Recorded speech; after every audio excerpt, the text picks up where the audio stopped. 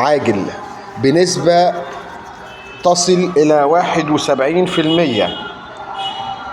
71%. اعتماد نتيجة الشهادة الإعدادية بمحافظة الجيزة بعد قليل.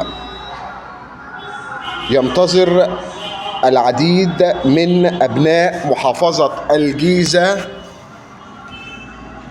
ظهور نتيجة الشهادة الإعدادية بعد قليل.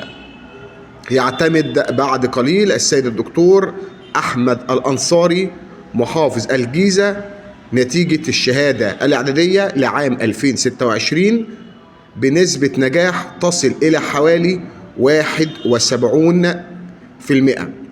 يترقب العديد من أبناء محافظة الجيزة